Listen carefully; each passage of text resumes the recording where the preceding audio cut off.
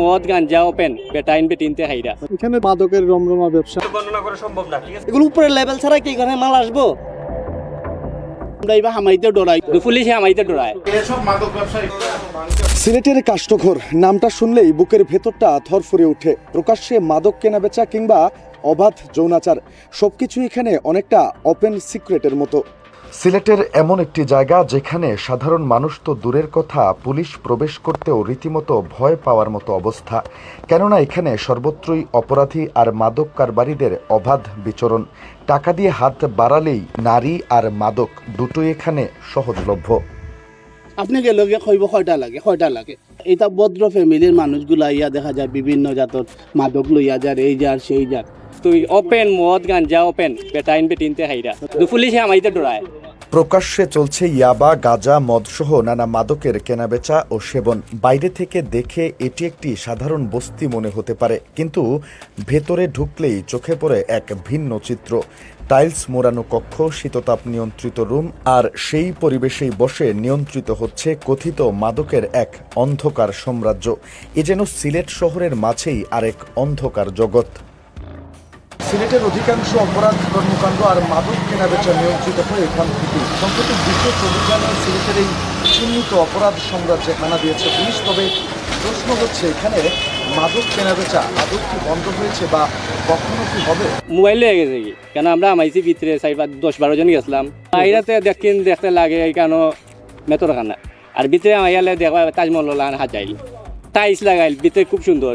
গতকাল এখানেই পরিচালিত হয়েছে পুলিশের স্মরণকালের অন্যতম বড় সাঁড়াশি অভিযান। মাত্র একদিন পরই আবারও প্রকাশ্যে চলছে মাদক সেবন ও বেচাকেনা, যেন কয়েক ঘন্টার বিরতি ছাড়া আর কিছুই ঘটেনি।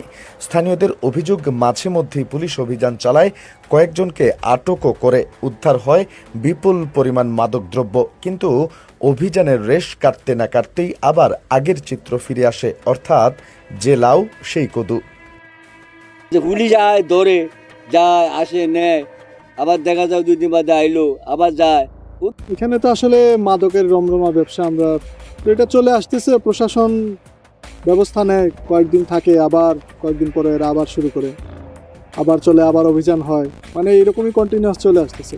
স্থানীয় বাসিন্দা ও ব্যবসায়ীরা বলছেন, এই এলাকার কারণে সবচেয়ে বেশি ক্ষতিগ্রস্ত হচ্ছেন তারাই। দিনের বেলাতেও অনেকে এই সড়ক ব্যবহার করতে ভয় পান। তাদের অভিযোগ, মাদক সেবীদের একটি অংশ চুরি, ছিনতাই সহ বিভিন্ন অপরাধে জড়িত।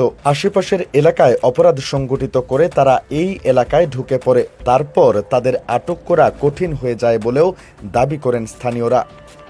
ওডন মাঝে চিন্তাই হয়, অনেক সময় মানি ব্যাগ চুরি করে, মোবাইল চুরি করে, এভরিথিং চাপা মারি লইয়া যায়। লইয়া গেলে মোবাইলগুলো গলির ভিতরে হামাই গেলে আর মোবাইল সংগ্রহ করা অসম্ভব। মানে মোবাইল গেলে আর মোবাইল মিলা অসম্ভব। মোবাইল নাই, মানি ব্যাগ লইয়া যায়।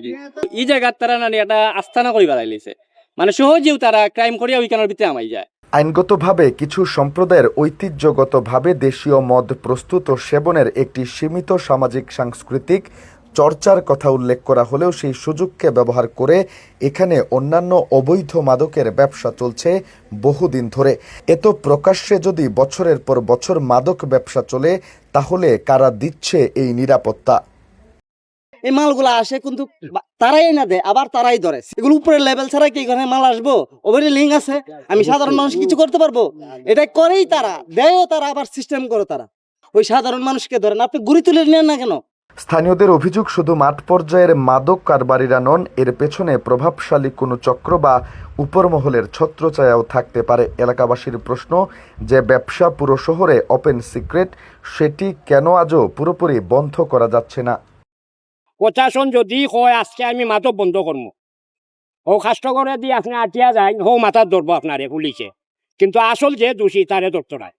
সন্ধ্যার পর মহাজনপট্টি সহ আশেপাশের এলাকায় ব্যবসা পরিচালনা করতেও আতঙ্কে থাকেন অনেক ব্যবসায়ী। তাদের দাবি, কাষ্ঠঘরের কারণে পুরো এলাকার ভাবমূর্তি ক্ষতিগ্রস্ত হচ্ছে। এটি শুধু একটি এলাকার সমস্যা নয়, এটি পুরো সিলেটের জন্য একটি কলঙ্ক। তাই তাদের দাবি, দ্রুত এই কাষ্ঠঘর যাতে অন্য কোথাও শহরের বাইরে স্থানান্তর করা হয়।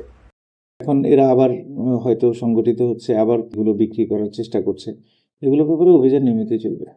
যারা মাদক ব্যবসায়ী তাদের বেশ কিছু আমরা নাম ঠিকানা পেয়েছি, মাদকের শেল্টারদাতা কাউকে পাওয়া যায়, সেক্ষেত্রে অবশ্যই ব্যবস্থা হবে। এইখানে প্রায়শই বিভিন্ন জায়গা থেকে লোকজন মাদক কিনতে আসে।